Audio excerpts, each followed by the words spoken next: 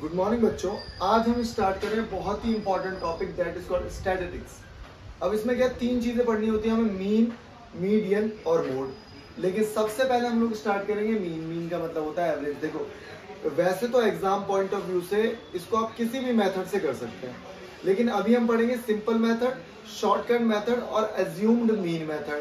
तो मैं तीनों मेथड बताऊंगा, लेकिन सबसे पहले हम लोग पढ़ेंगे कि मीन होता क्या है। भाई सबसे पहले तो आपको ये पता होना चाहिए मीन होता क्या है। तो मीन होती है एवरेज। तो मीन कैसे निकाला जाता है? Sum of observation upon the number of observation. जैसे मान लीजिए मैं बताता हूँ आपको, आपके मार्क्स आए 100 में से ले लेते हैं, 100 में से मार्क्स आए आपके 80।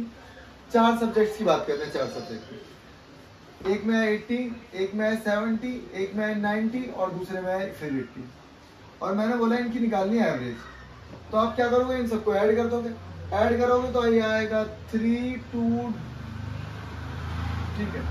और अगर आप मीन निकालोगे तो ये आपका फिर से 80 ही आ जाएगा, 80% मतलब, ठीक है। 80% आपकी एवरेज आ जाएगी, ठीक है। तो ये होता है एवरेज। और हाँ, यहाँ पे 4 आएगा ना कि 400, क्योंकि 4 सब्जेक्ट थे ना, तो यहाँ पे 4 आएगा। तो 80 मार्क्स आपके एवरेज आ गए। ओके, यहाँ पे मैंने लिखा है सम ऑफ ऑब्जर्वेशन। मान लो x1, x2, x3 बहुत सारे बच्चों की हाइट दे रखी है। क्लास में कितने सारे बच्चे होते हैं? मान ले क्लास में 40 स्टूडेंट्स हैं, तो सबकी कुछ ना कुछ हाइट होगी। तो कुछ नहीं करना, सबकी हाइट्स को ऐड कर दिया और अपॉन में नंबर ऑफ स्टूडेंट जो कि 40 है। अब ध्यान से देखो, यहाँ पे एक लेटर लिखा होगा सिग्मा। क्या लेटर लिखा है? सिग्मा, जिसको इस तरीके से डिनोट किया जाता है। It is a Greek letter called sigma. इसका मतलब होता है समेशन, समेशन ऑफ मतलब इसका सम। और यहाँ पे लिखा है आई, और आई कहाँ से स्टार्ट होगा? 1 से, मतलब 1, 2, 3 सबका सम किया हुआ है हमने। तो सबसे पहले हम लोग सिंपल मेथड पढ़ेंगे, सिंपल मेथड के क्वेश्चंस कैसे किए जाते हैं। उससे पहले मैं आपको बताऊंगा क्वेश्चन लिख के कि क्वेश्चन आएगा कैसे, हमें क्या करना है, हमें सॉल्व क्या करना है, कैसे करना है, फॉर्मूला कौन सा लगाया जाएगा। ओके, ठीक। अब बच्चों क्वेश्चन जो एग्जाम में आएगा वो सिर्फ इतना दिखेगा आपको बोलेगा फाइंड द मीन। अब आप कोई सा भी मेथड लगाओ बोर्ड के एग्जाम में, लेकिन यूटी वगैरह में कोई भी स्पेसिफाइड आपको मेथड पूछा जा सकता है भाई, क्योंकि एक ही चैप्टर अगर आ रहा है 30 मार्क्स का, तो वो अलग अलग मेथड्स पूछ सकते हैं, ठीक है। तो सबसे पहले हम लोगों को ये स्ट्रक्चर दे रखा होगा और हमें इसे कन्वर्ट करना होगा दूसरे स्ट्रक्चर में। तो वो दूसरे स्ट्रक्चर क्या होगा, मैं आपको यहाँ पे बना के दिखाता हूँ, ठीक है। तो बच्चों इसे कन्वर्ट करेंगे इस वाले चार्ट में। अब इस वाले चार्ट में क्या क्या बनाना, नंबर ऑफ प्लांट्स जो हमें दे रखे हैं, नंबर ऑफ हाउसेस जो हमें दे रखे हैं। लेकिन एक बात बताऊंगा, क्लास मार्क आपने 9th क्लास में भी सीखा होगा। तो अब क्लास मार्क क्या है? इन दोनों के बीच की वैल्यू, मिडिल वैल्यू। बताओ दोनों के बीच की वैल्यू 1, दोनों के बीच की वैल्यू 2, 3, और यहाँ पे 5, 7, 9, 11, 13। ओके, अब यहाँ पे मैंने क्या लिखा है? FI और XI। FI और XI क्या है भाई? ये मेरा FI है, ये फ्रीक्वेंसी है। फ्रीक्वेंसी मतलब नंबर ऑफ प्लांट। ऐसे कितने घर हैं जिनके में 0 से लेके 2 प्लांट है, एक ही घर है। ऐसे कितने घर हैं, मैं बोलूं जिसके घर में 6 से 8 प्लांट है, 5 घर हैं ऐसे, समझ रहे हो? तो ये number of houses, these are called frequencies. तो FI मतलब इन दोनों को मल्टीप्लाई करना है, इन दोनों को मल्टीप्लाई, 22,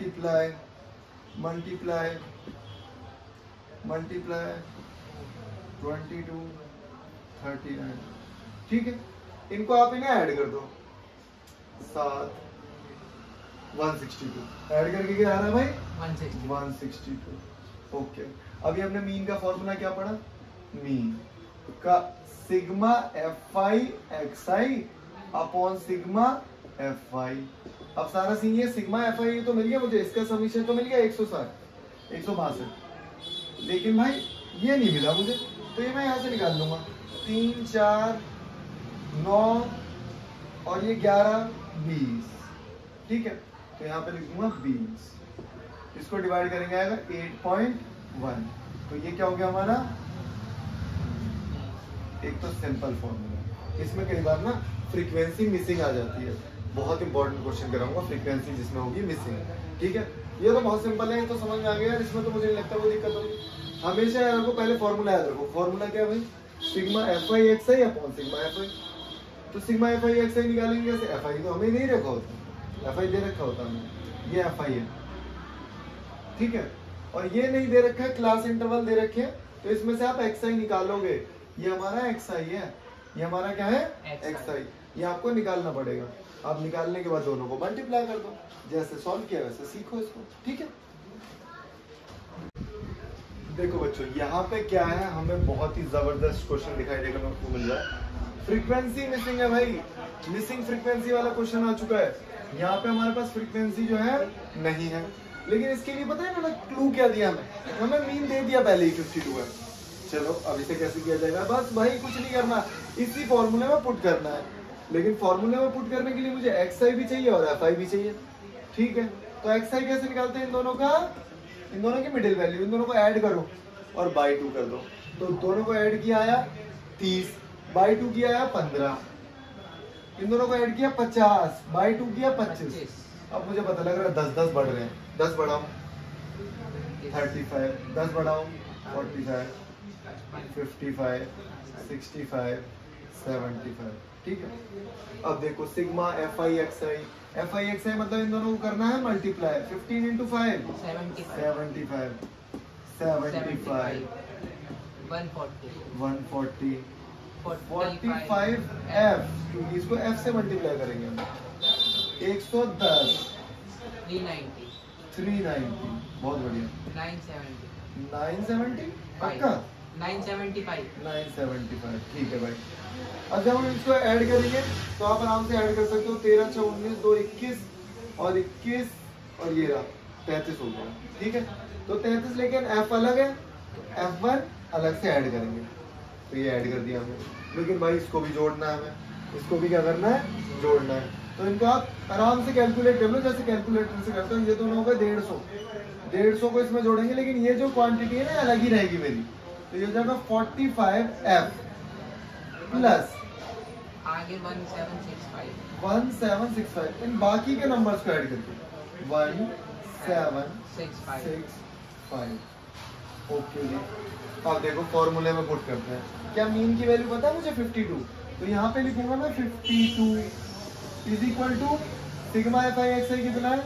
1765 प्लस 45 एफ अपॉन में सिग्मा एफ आई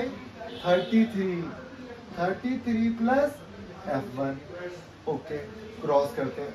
इसको जब क्रॉस करोगे तो ये इसके साथ मल्टीप्लाई होगा। आगे की सॉल्यूशन हम लोग यहाँ पे करेंगे। तो मैंने अगर इसको यहाँ भेज दिया तो ये हो जाएगा हमारा 33 plus F1 52 into 1765 plus 45 F। अब इसको अंदर मल्टीप्लाई करेंगे। इसको अंदर मल्टीप्लाई करने में कितना आ रहा है? दो तरीके हैं आपके पास, दो तरीके हैं। 52 को इससे मल्टीप्लाई करना, 52 को पहले 3 से मल्टीप्लाई करते हैं। इसको मैंने ब्रेक करा 11 इंटू 3 में, 11 इंटू 3 में मैंने ब्रेक किया। तो मैं इसको लिखूंगा 11 इंटू 3 इंटू 52 6 और 15। अब मैं मल्टीप्लाई करूंगा 6 5 11 का 1 हाथ से लगा 1 7, क्या ये यार है? चेक करो आप 17 है ना। तो इसको मैंने इससे मल्टीप्लाई किया तो 1716 प्लस 52 F1, F ले लो या F1 ले लो, 1765 प्लस 45 F। क्वेश्चन में कुछ नहीं रहा, ये 52 है सॉरी, ये क्या हमारा 52। अब एक काम करेंगे 52 को इधर लेके आएंगे तो ये बचेगा मेरा 7 F1। अच्छा, इसमें से इसको माइनस करना 49, F1 की वैल्यू आ गई हमारी 7। क्वेश्चन खत्म, इसको हटा देते हैं, हम कैलकुलेशन करेंगे। तो ऐसे F1 की वैल्यू निकालने वाले बहुत क्वेश्चन आएंगे। क्वेश्चन आपको जैसे दिख रहा है बुक में भी ऐसे क्वेश्चन, बुक में शायद कम क्वेश्चंस होंगे क्योंकि एनसीईआरटी बहुत पतली कर दी गई है। इसको आप बहुत अच्छे से सीख लो, बहुत इंपॉर्टेंट टॉपिक है, ठीक है। ओके।